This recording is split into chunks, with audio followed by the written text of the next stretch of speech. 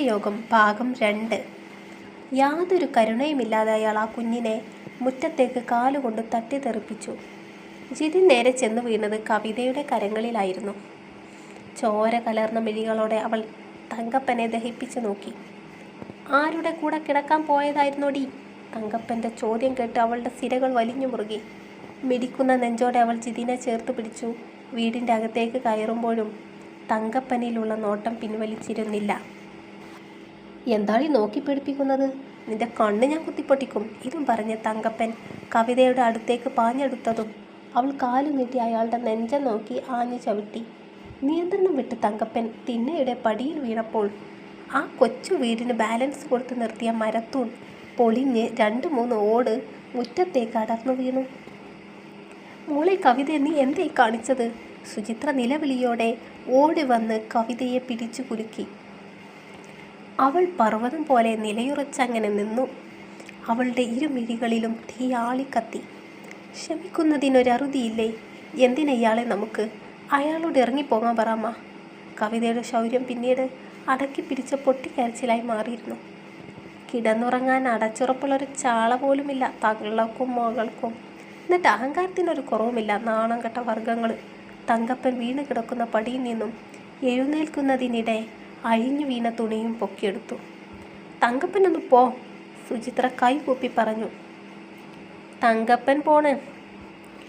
അഴിഞ്ഞു പോയ തുണി തങ്കപ്പൻ ചുറ്റിയെടുത്തു. തങ്കപ്പൻ ഇവിടെ മുളയാൻ വന്നതൊന്നുമല്ല. അല്ലെങ്കിലും ആ തള്ളയുടെ ഭ്രാന്തി മോളെ ചൂട് പറ്റി കിടക്കാൻ എൻ്റെ പട്ടി വരും. കുട്ടികൾ നിൽക്കുന്നുവെന്ന ബോധ്യം പോലുമില്ലാതെ അശ്ലീല വാക്കുകൾ പറയാൻ തങ്കപ്പന് യാതൊരു ലജ്ജയും ഉണ്ടായിരുന്നില്ല. തങ്കപ്പൻ കള്ളു കുടിച്ചു വന്ന് വാക്കേറ്റവും സുനിതയെ തല്ലലും ബഹളവും പതിവായതുകൊണ്ട് തന്നെ അയൽപക്കത്തുള്ളവരൊന്നും അതിലിടപെടാൻ വരാറില്ലായിരുന്നു. മുൻപൊരിക്കൽ കവിതയുടെ വീട്ടിൽ ബഹളം വെച്ച തങ്കപ്പനെ തടയാൻ വന്ന അയൽക്കാരൻ ദാമുവിനെ തങ്കപ്പൻ അടിച്ച് കൈമുറിക്കുകയും ദാമുവിൻ്റെ ഭാര്യയോട് അസഭ്യം പറയുകയും ചെയ്തു.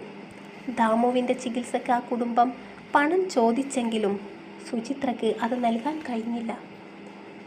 ഇതോടെ കവിതയുടെ വീട്ടിൽ നടക്കുന്ന പ്രശ്നങ്ങൾ ആരും തലയിടാതായി. ചുരുക്കി പറഞ്ഞാൽ നിർധനരായ ആ കുടുംബം തീർത്തും അനാഥരായി. നിന്ന് നെറികേട് പറയാതെ ഇറങ്ങിപ്പോടോ.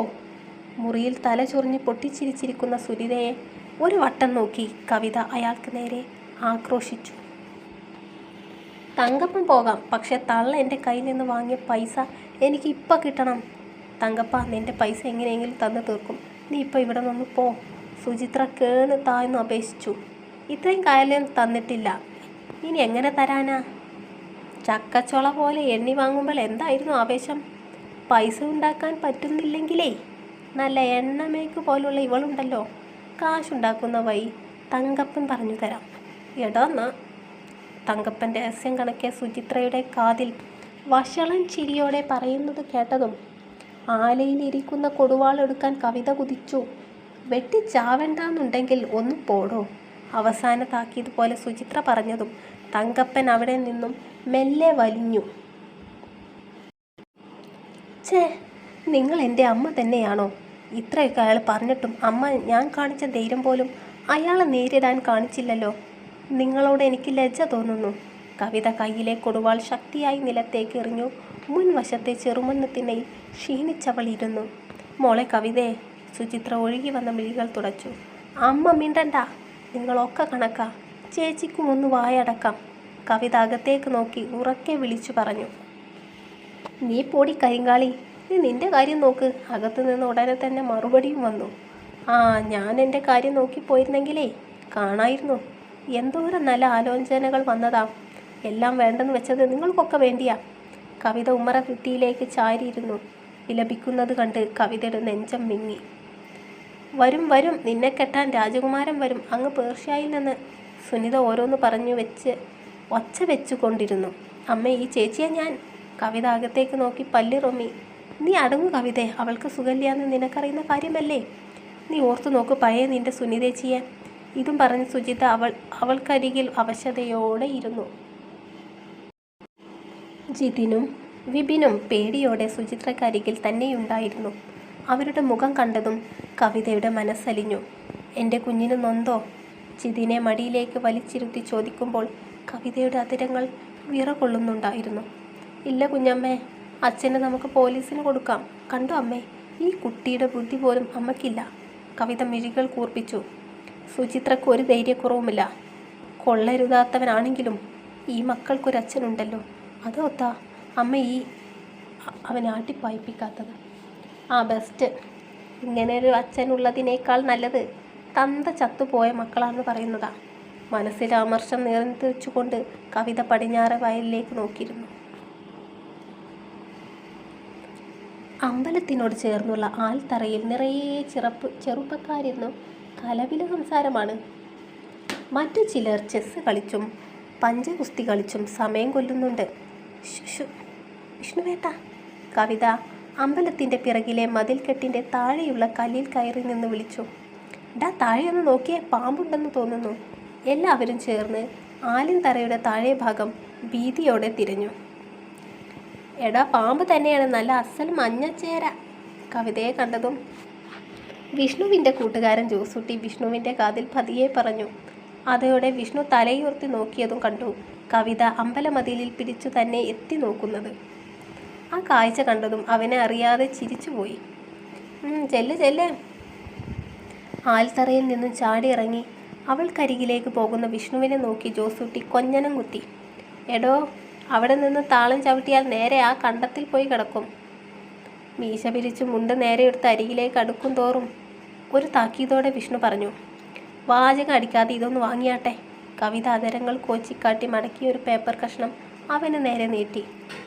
അവൻ അത് വാങ്ങുമ്പോഴും നോട്ടം അവളിൽ തന്നെയായിരുന്നുവെന്നത് കൊണ്ട് തന്നെ കവിത മുഖം തിരിച്ചിരുന്നു. വിഷ്ണു എന്തെങ്കിലും പറയും മുമ്പേ കവിത പാടവരമ്പിലൂടെ ഓടിപ്പോയിരുന്നു. പേപ്പർ കഷ്ണം തുറന്നു നോക്കി അവൻ്റെ മിഴികൾ വിടർന്നു. വൈകിട്ട് കാവിനരികിലെ കുളക്കടവിൽ വരണം, ഞാൻ കാത്തിരിക്കും. പിറകിലേക്കൊന്ന് നോക്കിയ ശേഷം വിഷ്ണു ആ പേപ്പർ കഷ്ണം 4 മടക്കി പോക്കറ്റിൽ ഇട്ട ശേഷം ഒന്നും സംഭവിച്ചിട്ടില്ലെന്ന ഭാവത്തിൽ മൂളിപ്പാട്ടും പാടി തിരകെ നടന്നു ജോസൂട്ടിയുടെ അരികിൽ തന്നെ ചെന്നിരുന്നു. സർപ്പക്കാവിൻ്റെ തൊട്ടടുത്തുള്ള കുടക്കടവിലെ കൽപ്പടവിൽ കാലും നീട്ടിയിരുന്നു ഉണ്ണിമായ കയ്യിൽ കരുതിയ ഇലഞ്ഞിപ്പൂക്കൾ ഓരോന്നായി കുളത്തിലേക്ക് എറിഞ്ഞു. ഇലഞ്ഞിപ്പൂക്കൾ കുളത്തിൻ്റെ മുകൾ ഭാഗത്തിലൂടെ സഞ്ചരിച്ചു കൊണ്ടിരിക്കുന്ന കാഴ്ചകൾ താടക്കും കൈവച്ച് കണ്ടങ്ങനെ അവളിരുന്നു. കുളത്തിൽ ജലം കുറവായതുകൊണ്ട് തന്നെ അവശേഷിക്കുന്ന ജലം അഴുക്കായിരുന്നു. പെട്ടെന്ന് പിറകിലൂടെ വന്ന പരുഷമായ 2 കൈകൾ അവളുടെ മിഴികൾ പൊത്തി. വിട് വിഷ്ണു, നോവുന്നു. ഈ പ്രവൃത്തി പതിവുള്ളായതുകൊണ്ട് തന്നെ അവൾ ആ കൈകൾ പിൻവലിച്ചു. അവൻ്റെ കരങ്ങളിൽ ഒരു അടി കൊടുത്ത് മിഴികൾ തുറന്ന് പിറകിലേക്ക് നോക്കി അവൾ പുഞ്ചിരിച്ചു. ഒരു ജോലിക്കും പോകുന്നില്ല, എന്നിട്ട് ഈ കൈകൾക്ക് എന്താ ഇത്ര പരുക്കം? അവൾ അവൻ്റെ കരകൾ കയ്യിലെടുത്തു കൈവെള്ളയിൽ പതിയെ തലോടി. വിഷ്ണു ഉണ്ണിമായുടെ മൃദുലമായ വെളുത്ത കരങ്ങൾ കയ്യിലെടുത്തു അവൻ്റെ അധരങ്ങളിൽ ഉഴിഞ്ഞു. വൈദ്യുത പ്രവാഹം പോൽ ശരീരത്തിലൂടെ ഇരിച്ചിറങ്ങിയ അനുഭൂതി അവളിൽ അലയടിച്ചു. ഉണ്ണിമായ നാണത്തോടെ തല താഴ്ത്തി. അതല്ലേ ഒരു നട്ടെല്ലുള്ള ആണിൻ്റെ കൈകരുത്ത്. സ്നേഹിക്കുന്ന പെണ്ണിനെ ഇങ്ങനെ അടുത്ത് കിട്ടുമ്പോൾ അവളെ പിടിവിടാതെ ഇങ്ങനെ നെഞ്ചിലേക്ക് അമർത്തി മണ്ടായി വന്നു ആ ചുണ്ടിലെ തേൻ നുകരണ്ടേ? അവളുടെ കാതോരം ചേർന്ന് പതിഞ്ഞ സ്വരത്തിൽ അവൻ അങ്ങനെ പറഞ്ഞപ്പോൾ ഇക്കിളി കൊണ്ട് അറിയാതൊരു പിടച്ചിൽ അവളിൽ നിന്നും പുറപ്പെട്ടു. മനസ്സ് നിയന്ത്രണം വിട്ടുവെന്ന് തോന്നലുണ്ടായപ്പോൾ അവൾ അവനിൽ നിന്നും അടർന്നു മാറാൻ ശ്രമിച്ചെങ്കിലും വിഫലമായിപ്പോയി. അവനിലേക്ക് തന്നെ ഇറുക്കി പിടിച്ച ബലിഷ്ഠമായ കരങ്ങളെ അടർത്തി മാറ്റാൻ അവൾക്കായില്ല. അവൻ്റെ ചുടുശ്വാസത്തിൽ തീർത്ത ചുംബനങ്ങൾ ഏറ്റുവാങ്ങി ഉണ്ണിമായയുടെ 2 കവിളുകളും ചുവന്നു തുടുത്തു. സ്വയം മറന്നവൻ അവളുടെ അധരങ്ങളിൽ അവൻ്റെ അധരങ്ങളാൽ ഒന്നൊഴിഞ്ഞതും ഉണ്ണിമായ അവനെ തട്ടിമാറ്റി. അപ്രതീക്ഷിതമായ അവളുടെ ആ പ്രവൃത്തിയിൽ വിഷ്ണു മലർന്ന് പിറകിലെ പടികളിൽ വീണു. ആ കിടന്ന കിടപ്പിൽ അവൾ അവനെ തറപ്പിച്ചു നോക്കി. അയ്യടാ, അങ്ങനെ ഇപ്പോൾ പകൽ വെട്ടത്തിൽ അതും ഈ കൽപ്പടവിലിരുന്ന് തേൻ നുകരണ്ട. ഉണ്ണിമായ മുഖം വീർപ്പിച്ച് തിരിഞ്ഞിരുന്നു. ഒരു നല്ല ജോലി കണ്ടെത്തി വീട്ടിൽ വന്ന് എന്നെ പെണ്ണ് ചോദിക്ക്. എന്നിട്ട് എൻ്റെ കഴുത്തിൽ ഒരു താലിയും കെട്ടി കൊണ്ടുപോ. അതിനൊന്നും മുതിരാതെ പെരുമ്പയിലിരുന്ന് കോപ്രായം പറയുമ്പോൾ മലർന്നു കിടന്ന് ഉണ്ണിമായ നോക്കി കിടക്കുന്ന വിഷ്ണുവിനെ അവൾ രക്ഷണം നൽകി എഴുന്നേൽപ്പിച്ചു. ശ്രമിക്കാതെ ഇരുന്നിട്ടാണോ? ഒത്തൊരു ജോലി കിട്ടണ്ടേ? വിഷ്ണു ഒന്നുകൂടെ അവളുടെ അരികിലേക്ക് ചെന്നിരുന്നു. ഒന്നും അല്ല, ശ്രമിക്കാഞ്ഞിട്ട് തന്നെയാ. ആ ജോസൂട്ടിയുടെ കൂടെ നടന്ന് സ്വയം നശിക്കാണ് വിഷ്ണു. ദേഷ്യവും വിഷമവും കൊണ്ട് ഉണ്ണിമായുടെ സ്വരം ഇടറി തുടങ്ങിയിരുന്നു. ശരി, നമുക്ക് ഈ വിഷയം വിടാം. ഹംസത്തിൻ്റെ കയ്യിൽ സന്ദേശവും കൊടുത്തുവിട്ട് കാണണമെന്ന് പറഞ്ഞത് എന്തിനാ? അവൻ്റെ ചോദ്യത്തിന് ഉത്തരവുമായി അവൾ ബ്ലൗസിൻ്റെ കഴുത്തിൽ കൈയിട്ട് എന്തോ തിരഞ്ഞു. ഉണ്ണിമായാവി അവളെ അടിമുടി നോക്കി വെള്ളമിറക്കുന്നത് പോലെ ഗോഷ്ടി കാണിച്ചുകൊണ്ട് ഇരിക്കുന്നവന് നേരെ അവൾ ഒരു കത്തെടുത്തു നേരെ നീട്ടി. വിഷ്ണു സംശയഭാവത്തിൽ അവളെ നോക്കി. അവനത് വാങ്ങി അതിലേക്ക് മിഴികൾ പടർത്തിയതും നേരിയ പരുങ്ങലോടെ വിഷ്ണു ആ കത്ത് തിരികെ നൽകി. എന്താ, വായിക്കുന്നില്ലേ? നീ വായിച്ചതല്ലേ, എന്താ കാര്യമെന്ന് പറഞ്ഞാൽ മതി. വായിച്ചുണ്ടാക്കാനൊന്നും എനിക്ക് വയ്യ, അവൻ അതൃപ്തിയോടെ പറഞ്ഞൊപ്പിച്ചു. അല്ലാതെ വായിക്കാനറിയാഞ്ഞിട്ടല്ല, അവളൊരു ചിരിയോടെ പറഞ്ഞതു. അവൻ ഓളി കണ്ണാൽ അവളെ നോക്കി. എനിക്ക് ബാങ്കിൽ ടൈപ്പിസ്റ്റായി ജോലി റെഡിയായിട്ടുണ്ട്, എറണാകുളം ജില്ലയിൽ.